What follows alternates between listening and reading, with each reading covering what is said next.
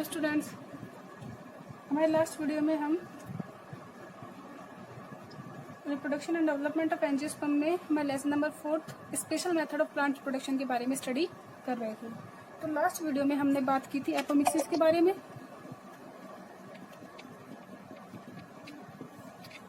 जब हम last video आपने देखा था तो लास्ट वीडियो में हमने बात की थी definition of apomixis and types of apomixis. तो हमने बात की थी कि without fertilization, without meiosis and without fusion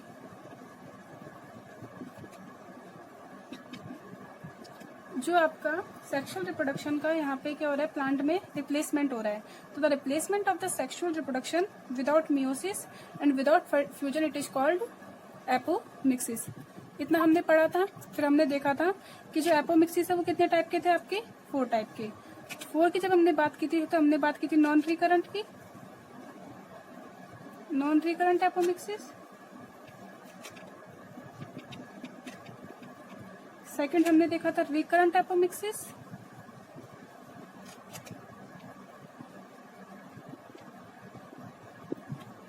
third हमने बात की थी एडवेंटिव एम्ब्रियोनी। और फोर्थ हमने बात की थी वेजिटेटिव एपोमिक्सिस की।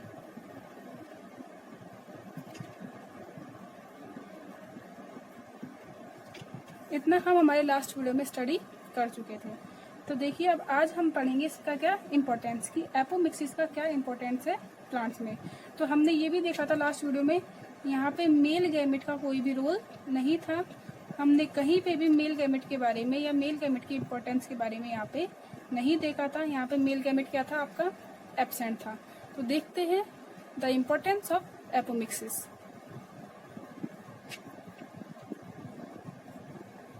हम बात करेंगे आज इम्पोर्टेंस ऑफ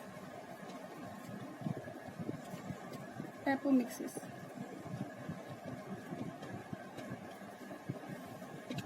देखिए क्या क्या इम्पोर्टेंस है। हम पहले फर्स्ट इम्पोर्टेंस की बात करते हैं। यहाँ पे हमने बात की थी कि मेल गैमेट का कोई इसमें रोल नहीं था। जब हमने मेल गैमेट यहाँ पे नहीं था तो यहाँ पे मिक्सिस या फ्यूजन नहीं हुआ था। फ्यूजन क्या था, यहाँ पे एब्सेंट था। जब यहाँ पे फ्यूजन एब्सेंट था तो यानी कि जो नई प्रोजेनी फॉर्म होगी एपोमिक्सिस से, जो नई प्रोजेनी या जो नया प्लांट फॉर्म होगा, इस प्लांट के पास सारे के सारे कौन से कैरेक्टर होंगे, मैटरनल कैरेक्टर्स। क्या हुए यहाँ पे सारे के सारे मैटरनल कैरेक्टर्स। तो the plants and the progeny produced by apomixis have all the maternal characters. इसका मतलब क्या हुआ, जो नए प्लांट बने वो क्या है, आपके मैटरनल प्लांट के क्या हो गए यहाँ पे क्लोन। तो the formation of clone takes place in the process of apomixis. तो पहला क्या हुआ, हमने बात की यहाँ पे कि क्या हुआ कि आपके पास एक्सेक्सुअल रिप्रोडक्शन होगा और एसेक्सुअल रिप्रोडक्शन से या विदाउट फ्यूजन जो आपके नए प्लांट या नए इंडिविजुअल जो आपको मिलेंगे वो किसके जैसे होंगे, similar to the mother plant. किसके होंगे, similar to the mother plant. और इसे हम क्या कह देंगे, आप इसे क्या कह सकते हैं, क्लोन भी कह सकते हैं। तो क्या हुआ, पहला पॉइंट इसमें क्लोन का फॉर्मेशन हो रहा है। तो फॉर्मेशन ऑफ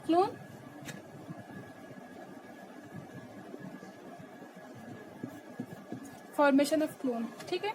सेकंड पॉइंट की हम बात करते हैं। सेकंड पॉइंट देखिए, जब यहाँ पे आपका फ्यूजन नहीं हो रहा और साथ ही साथ यहाँ पे मियोसिस भी नहीं हो रहा, हमने पढ़ा होगा आपने, मियोसिस में क्रॉसिंग ओवर होता है। क्रॉसिंग ओवर में आपको नए नए रिकॉम्बिनेशन मिलते हैं और नए नए कैरेक्टर्स प्लांट में या जो भी आपका एनिमल है उसमें क्या होंगे, नए नए कैरेक्टर्स मिलेंगे। यहाँ पे जब मियोसिस ही नहीं हो रहा तो आपको न्यू कैरेक्टर्स मिलेंगे, नहीं मिलेंगे। तो न्यू कैरेक्टर्स क्या है, यहाँ पे एब्सेंट है। तो जो यहाँ पे जो क्लोन मिल रहा है, इस क्लोन से क्या फायदा है आपका, कि जो आपके मैटरनल प्लांट है, मैटरनल प्लांट के जो बेनिफिशियल कैरेक्टर्स है,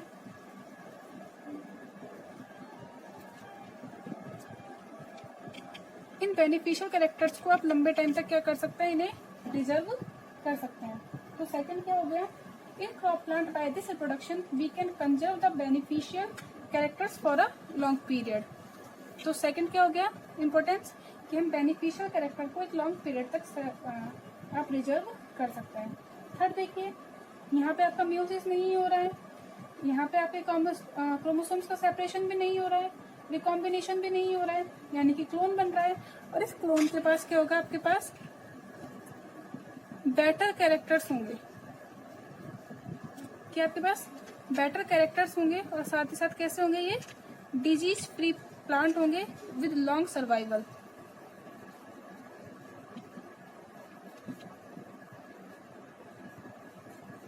ये प्लांट कैसे होंगे, आपके डिजीज फ्री और लॉन्ग सर्वाइवल वाले प्लांट होंगे। By this method of reproduction जो आपके प्लांट प्रोड्यूस होंगे वो कैसे होंगे, स्पेशल ट्रेट्स के होंगे, बेटर कैरेक्टरिस्टिक वाले होंगे, ये डिजीज फ्री होंगे, और साथ ही साथ क्या इनके सर्वाइवल के चांस भी क्या होंगे, आपके ज्यादा होंगे। तो क्या हो गया ये आपका इम्पोर्टेंस ऑफ एपोमिक्सिस। पहला बात की तो formation of clone, maternal characters होंगे। सेकंड, आप बेनिफिशियल कैरेक्टर को फॉर ए लॉन्ग टाइम क्या कर सकते हो, कंजर्व कर सकते हो। डिजीज फ्री प्लांट मिल रहे हैं, बेटर कैरेक्टर वाले प्लांट मिल रहे हैं, और साथ ही साथ लॉन्ग सर्वाइवल वाले प्लांट भी आपको प्रोड्यूस हो रहे हैं। तो अब जो हम नेक्स्ट टॉपिक की बात करेंगे वो क्या है हमारा, एगेमोस्पर्मी।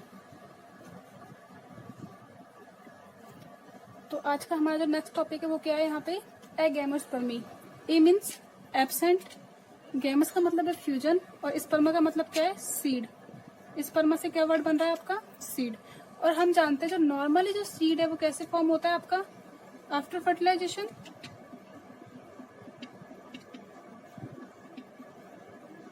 नॉर्मल जो सीड प्रोड्यूस होता है या जो डेवलपमेंट ऑफ सीड है वो कैसे होगा आपका, आफ्टर फर्टिलाइजेशन। हम पढ़ चुके थे कि after fertilization ovule develop into seed and the ovary convert into fruit, इतना हम पढ़ चुके थे। यानी कि जनरली जो सीड का फॉर्मेशन है वो किसका कैसे होता है, आपका फर्टिलाइजेशन की प्रोसेस के बाद होता है। यहाँ पे भी आपकी रिप्रोडक्टिव यूनिट जो रिप्रोडक्शन है वो किससे होगा, आपका सीड से। लेकिन this type of seed form by asexual reproduction, यानी कि without fertilization, without sexual reproduction यहाँ पे सीड का फॉर्मेशन होता है। तो क्या हुआ एगेमोस्पर्मी में, in agamospermy seed just like any other normal plant but the formation of seeds take place from the asexual reproduction. This seed form may be from the nucellus or may be from the integument. हमने बात की थी nucellus भी कैसी है आपकी diploid cell, और integument भी कैसा है आपका डिप्लॉइड सेल। तो न्यूसेलस या इंटेग्यूमेंट की कोई भी सेल वो क्या करेगी, अपने सेल कंटिन्यू माइटोसिस डिवीजन करेगी और सेल का एक बंच बना लेगी, ये ग्रुप बना लेगी, और इस सेल का एक जो ग्रुप बना ये कैसे करेगा, आपके एम्ब्रियो की जैसे बिहेव करके क्या कर देगा, आपके सीड का फॉर्मेशन कर देता है। तो यहाँ पे फ्यूजन नहीं होता है और यहाँ पे म्यूसिस भी नहीं होता है। इसे क्या बोलती है हमने, agamospermy, the seed formation without fertilization. Clear है। तो हम जो नेक्स्ट टॉपिक की आज बात करेंगे वो नेक्स्ट टॉपिक क्या है हमारा, आज का लास्ट टॉपिक है इसका माइक्रो प्रोपगेशन। तो हमारा आज का लास्ट टॉपिक है माइक्रो प्रोपगेशन।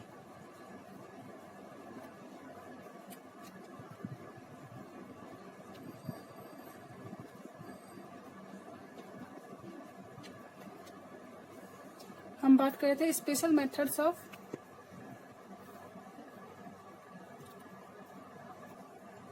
प्लांट रिप्रोडक्शन, और special method of plant reproduction में जो लास्ट पॉइंट है हमारा क्या है, वो माइक्रो प्रोपगेशन।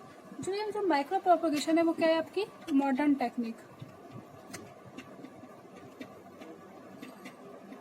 कौन सी टेक्निक है, मॉडर्न टेक्निक, जिसे हम आगे स्टडी करेंगे प्लांट टिश्यू कल्चर में। प्लांट टिश्यू कल्चर देखिए आगे हमारे एक यूनिट आएगी बायोटेक्नोलॉजी नाम से। तो जो बायोटेक्नोलॉजी यूनिट है इसमें हम प्लांट टिश्यू कल्चर के बारे में बहुत अच्छे से स्टडी करेंगे। यहाँ पे बस इसे हम समराइज करेंगे थोड़ा सा कि क्या होता है माइक्रो प्रोपगेशन, किस तरीके से प्लांट के रिप्रोडक्शन में हेल्प करता है।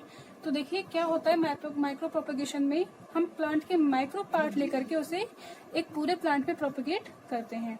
और जो ये टेक्निक है वो कौन सी टेक्निक हो जाएगी आपकी, प्लांट टिश्यू कल्चर।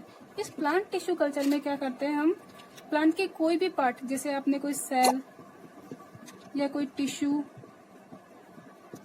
प्लांट का प्रोटोप्लास्ट,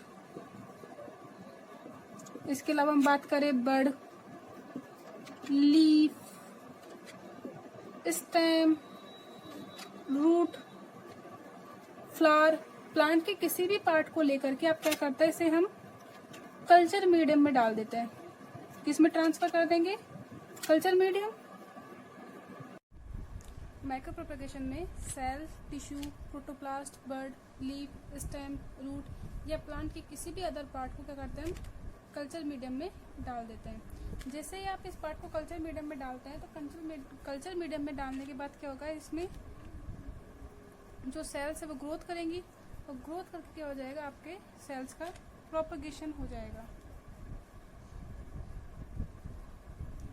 तो क्या करते हैं हम कि लैब में कल्चर मीडियम में प्लांट के किसी पार्ट को लेकर के, किसी भी माइक्रो पार्ट को लेकर के उसे क्या करते हैं, प्रोपगेट करते हैं और क्या करेंगे, पूरे प्लांट का फॉर्मेशन या प्रोडक्शन हम कर लेते हैं।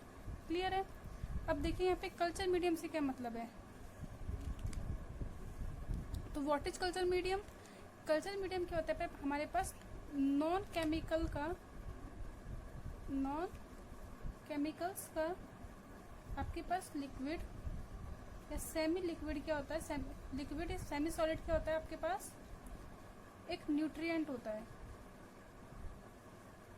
ये आपके पास एक न्यूट्रिएंट का एक सॉल्यूशन है जिसमें आपके पास सारे के सारे केमिकल्स क्या है, नॉन है। लैब में हम खुद कल्चर मीडियम बनाते हैं और इस कल्चर मीडियम में हम प्लांट के किसी भी पार्ट को डाल देते हैं। चूंकि हम इसे लैब में कर रहे हैं इसीलिए क्या बोल देते हैं इसे, इन विट्रो प्रोपगेशन। क्या बोल देते हैं इसे, इन विट्रो प्रोपगेशन। कि लैब में जो प्रोपगेशन हो रहा है वो कौन सा हो जाएगा यहाँ पे, इन विवो। अब यहाँ पे जो भी आप सेल्स का ग्रुप काम में ले रहा है, वो जो सेल या टिश्यू काम में ले रहा है उसे हम क्या बोल देते हैं, एक्सप्लांट। प्लांट का जो पार्ट काम में लेते हैं जिसे हमें ग्रो करके पूरा प्लांट लेट मिलना है, उस प्लांट लेट को ग्रो करने के लिए जो सेल का प्लांट काम में लेता है उसे क्या बोल देते हैं, एक्सप्लांट। और ये एक्सप्लांट क्या करता है, बहुत सारे माइटोसिस करेगा और एक सेल्स का ग्रुप बना लेगा। इसे हम क्या बोल देते हैं, कैलस। क्या बोल देंगे इसे, कैलस। तो देखिए क्या होता है माइक्रो प्रोपगेशन में, in this modern technique plant propagation takes place from the protoplast, cell, tissue, bud, leaf, stem, root or any other part of the cell. These parts are separated out from the plants and culture them in the chemically non-culture medium. Clear हो गया इतनी बात। इस chemically non जो culture medium है हमारे पास, ये कैसी कंडीशन में होगा, स्टेरिलाइज कंडीशन में होगा। और साथ ही साथ क्या होगा, देखिए ये जो स्टेरिलाइज कल्चर मीडियम है ये क्या है, आपका पूरा का पूरा कंट्रोल कंडीशन में होगा। तो इसे हम क्या बोल देंगे, इन विट्रो प्रोपगेट करवाएंगे और इन विट्रो प्रोपगेशन करके आपको पूरा का पूरा प्लांटलेट यहाँ पे आपको मिल जाता है। क्लियर हो गया। प्लांट के जिस पार्ट को हम यूज करते हैं उसे क्या बोल दिया, एक्सप्लांट। और एक्सप्लांट आके देखिए क्या बना रहा है, कैलस का फॉर्मेशन कर रहा है। अब देखिए इसका क्या इम्पोर्टेंस है, तो हम बात करते हैं इम्पोर्टेंस ऑफ माइक्रो प्रोपगेशन।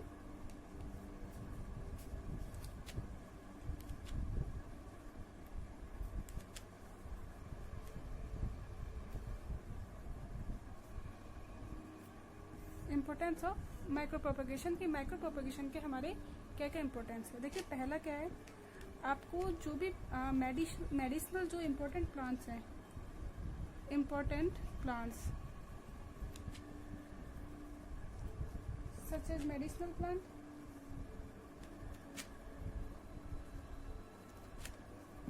कोई मेडिसिनल प्लांट है, कोई कमर्शियल इम्पोर्टेंट प्लांट है, कमर्शियली इम्पोर्टेंट प्लांट है जो आपको क्या है, बेनिफिशियल है, किसके लिए, इकोनॉमिकली क्या है, आपको बेनिफिशियल है। इन प्लांट को आप क्या करा सकते हैं, ग्रोथ करा सकते हैं, आप ग्रो करा सकते हैं, इनका नंबर आप क्या कर सकते हैं, इंक्रीज कर सकते हैं। तो माइक्रो प्रोपगेशन से आप मेडिसिनल प्लांट को ग्रो करा करके आप कमर्शियली बेनिफिट मिल सकता है आपको। सेकंड, ये सारी की सारी प्रोसेस कैसी होती है आपकी? इन विट्रो, यानी कि लैब में। इसका मतलब क्या हुआ कि आपके पास जो स्पेस है वो स्पेस क्या है यहाँ पे?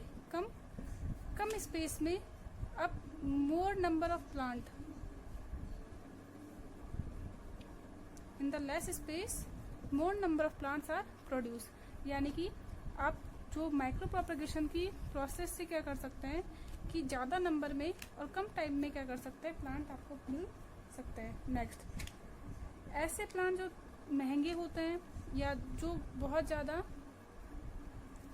आप आर्टिफिशियल प्लांट कह सकते हैं, जिन्हें आप ऑर्नामेंटल प्लांट कह सकते हैं, उन ऑर्नामेंटल प्लांट्स का इसमें प्रोपगेट होते हैं, इन्हें हम बोलते हैं नोबल प्लांट्स। क्या बोलते हैं हम? Noble plants. तो जो नोबल प्लांट्स है उनका प्रोपगेशन कौन से मेथड से होता है? आपके माइक्रो प्रोपगेशन से। अब माइक्रो प्रोपगेशन में क्या हो जाएगा, जैसे कि आपके आर्किड्स, कौन से प्लांट्स होते हैं इनमें? जैसे आर्किड्स हो गए, आपके आर्किड्स का जो प्रोपगेशन है वो कौन से मेथड से होगा? Micro propagation. हम प्लांट्स को लार्ज स्केल पर प्रोपगेट कर सकते हैं, आप इनको लार्ज नंबर में बना सकते हैं। साथ ही साथ यहाँ पे जो प्लांट्स बनेंगे इन पर एक्सटर्नल एनवायरनमेंट का कोई भी इफेक्ट नहीं होगा। ये प्लांट क्या होंगे आपके? इन प्लांट्स के ऊपर एक्सटर्नल एनवायरनमेंट का भी कोई भी इफेक्ट नहीं होगा। तो हमने देखे आज हमने देखा इम्पोर्टेंस ऑफ एपोमिक्सिस। उसके बाद बात की हमने एगैमोस्पर्मी। एगैमोस्पर्मी में विदाउट फर्टिलाइजेशन सीड का फॉर्मेशन हो जाता है। फिर हमने बात की माइक्रो प्रोपगेशन में, जो कि आजकल की मॉडर्न टेक्निक है, और प्लांट टिश्यू कल्चर में इसको हम रीड करेंगे आगे जब हम बायोटेक्नोलॉजी के बारे में स्टडी करेंगे, तभी इसके बारे में और डिस्कस करेंगे अच्छे से। तो इसके माइक्रो प्रोपगेशन के बारे में बात करके हमने इसके इंपॉर्टेंस पढ़े। इंपॉर्टेंस क्या थे कि जो आपके इंपॉर्टेंट प्लांट है, मेडिसिनल प्लांट, उन्हें ग्रो करा सकते हो आप शॉर्ट स्पेस में, कम स्पेस में more quantity of plant produce कर सकते हो। और जो आपका टाइम ड्यूरेशन है, यहाँ पे भी क्या हो जाएगा, आपका ड्यूरेशन ऑफ टाइम भी क्या हो जाएगा, आपका कम हो जाएगा। इन प्लांट के ऊपर एक्सटर्नल एनवायरनमेंट का कोई इफेक्ट नहीं होता है। लार्ज नंबर में आप इसे लार्ज स्केल में आप इन्हें प्रोड्यूस कर सकते हो। साथ ही साथ जो नोबल प्लांट है वो कैसे आते हैं, आपके माइक्रो प्रोपगेशन की हेल्प से ही डेवलप होते हैं। तो आज के लिए इतना ही, आप इसे पढ़ लीजिएगा, नोट्स बना लीजिएगा। Thank you.